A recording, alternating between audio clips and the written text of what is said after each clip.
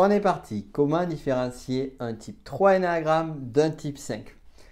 Alors, deux profils qui semblent n'avoir absolument rien à voir. Et pourtant, celle-ci, cette différenciation et ce point de subtilité, de confusion, il est assez subtil. Et on va le voir maintenant. Alors, déjà, on va se poser la question pourquoi on a la sensation qu'il n'y a pas de confusion entre un 3 et un 5. La raison, elle est simple, c'est que le 5 est sur un centre mental, le 3 est sur un centre émotionnel. De même, le 5 va être orienté sur ses ressources, le 3 va être orienté sur sa valeur, avoir de la valeur vis-à-vis du groupe.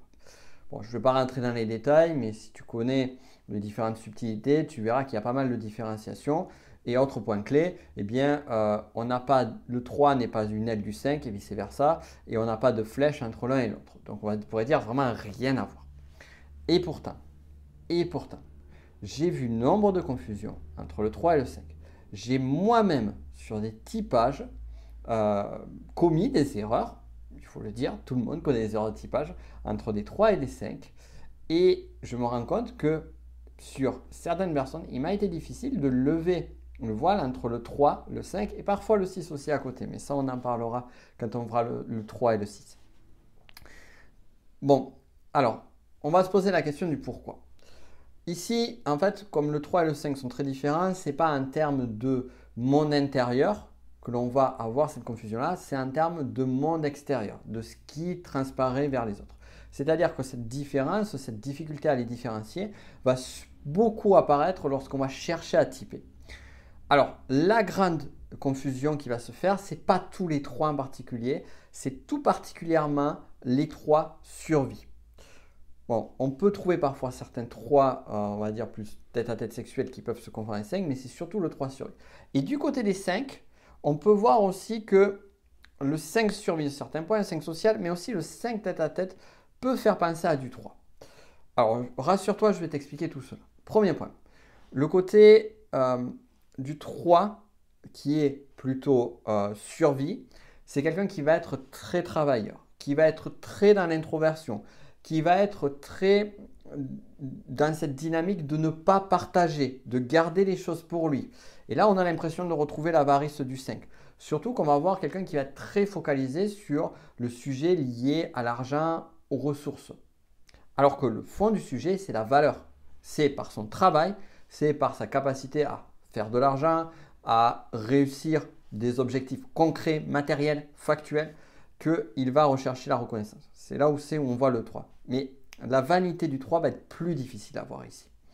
On va le voir plutôt dans cette notion d'agir, de faire, de concret, de passer à l'action, de ne jamais s'arrêter.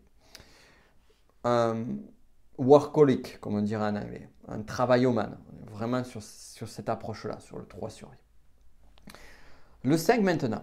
Sur le 5, on peut remarquer que sur le 5 sexuel dit tête-à-tête, on va avoir une énergie qui va être plus compétitrice. Et d'ailleurs, petite parenthèse, tous les sous-types qui vont être liés à un instinct type sexuel tête-à-tête, il va y avoir cette notion de compétition. Et cette notion de compétition déjà peut amener des confusions possibles avec du 3 et voire parfois avec du 8. Ça, on en parlera sur le 4 tête-à-tête sexuel et le 8 en particulier.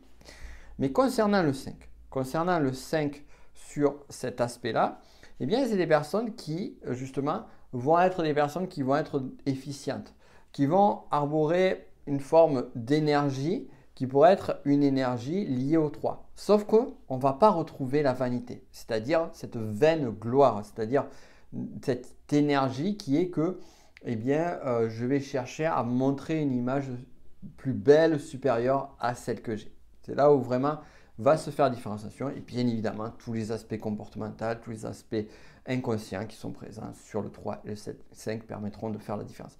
Mais il arrivera forcément à un moment donné où tu vas avoir des personnes dans ton entourage ou des personnes sur le web, sur des livres, bref, une personnalité ou une personne que tu connais ou un personnage sur lequel tu auras un doute entre le 3 et le 5. Et ça, je peux te le garantir. Et lorsque tu auras le doute, ça ne voudra pas dire que la personne est 3 ou 5. Ça voudra juste te dire, il faudra revoir peut-être cette vidéo et aller creuser un petit peu plus loin.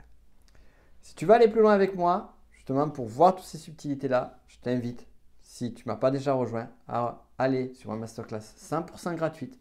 Le lien est dans la description, c'est le tout premier lien. Et on va voir en détail tout cela, justement les passions, la partie émotionnelle, j'ai parlé de la vanité sur le 3, on va voir l'avarice du 5, les visions du monde et bien d'autres choses encore. Allez, je te laisse regarder le lien dessous, on se retrouve de l'autre côté.